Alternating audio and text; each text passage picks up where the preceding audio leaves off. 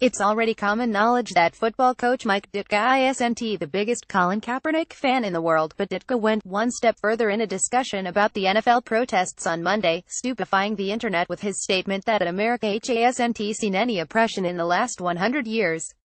The former football coach and commentator chatted with Westwood One's Jim Gray while the Chicago Bears prepared to face off against the Minnesota Vikings, and during the conversation, Ditka shared some of his political views on kneeling during the national anthem in the NFL, questioning whether players should even bother doing it. "Is that the stage for this?" Ditka said, the Chicago Tribune reports. "If you want to protest, or whatever you want to protest, you've got a right to do that, but I think you're a professional athlete, you have an obligation to the game." Ditka argued that players weren't showing respect for the game when they kneeled, just respect for their own individual opinions. He thinks players should protest on their own time, instead of shining a light on police brutality and systemic racism before football games. "If you don't respect our country, then you shouldn't be in this country playing football," Ditka said.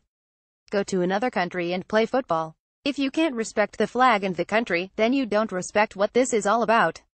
So I would say, adios."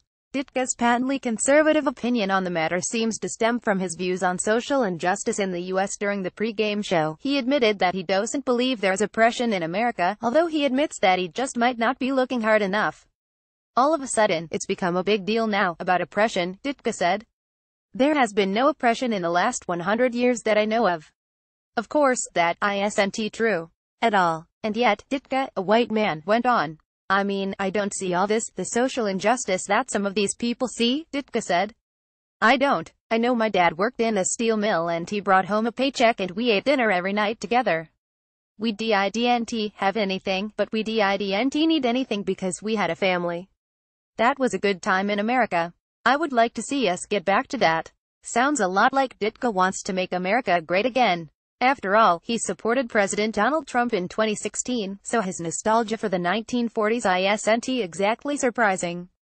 Twitter, though, isn't taking very kindly to Ditka's opinion, pointing out that he's been alive for everything from Rosa Parks' arrest to Martin Luther King Jr.'s assassination. https twitter.com Jusaka status 9176011699372605444 Mike Ditka. There hasn't been any oppression over the last 100 years. Ditka was 16 when Rosa Parks was arrested and 29 when MLK was shot. Donald J. Orwell at Donald J. Orwell October 10, 2017 says there hasn't been racial oppression in 100 years, goes on to tell minorities what they haven't experienced. Mike Ditka, provocateur, at Provocateur October 10, 2017 Imagine how aggressively ignorant of history you have to be to say this. https t.gua1empa6ft5pic.twitter.com Elk5 McGinn, Jack-o'-lantern Andrew Kuczynski at Kafile October 10, 2017 Then, of course, there is the right now. Right now, there is still a lot of discrimination in the workplace, in housing, in the judicial system, in the prison system against people of color, against women, against the LGBTQ community, against religious minorities, and against people with disabilities, and some of this has even been sanctioned by the federal government. Black citizens are regularly shot by police. LGBTQ Americans have been targeted and killed. Sex workers are stigmatized for their trade, and even Ditka's own sport has faced racism and homophobia from coaches and players. But apparently, Ditka doesn't see any of that. I wonder what could be causing his blindness. Chicago Tribune.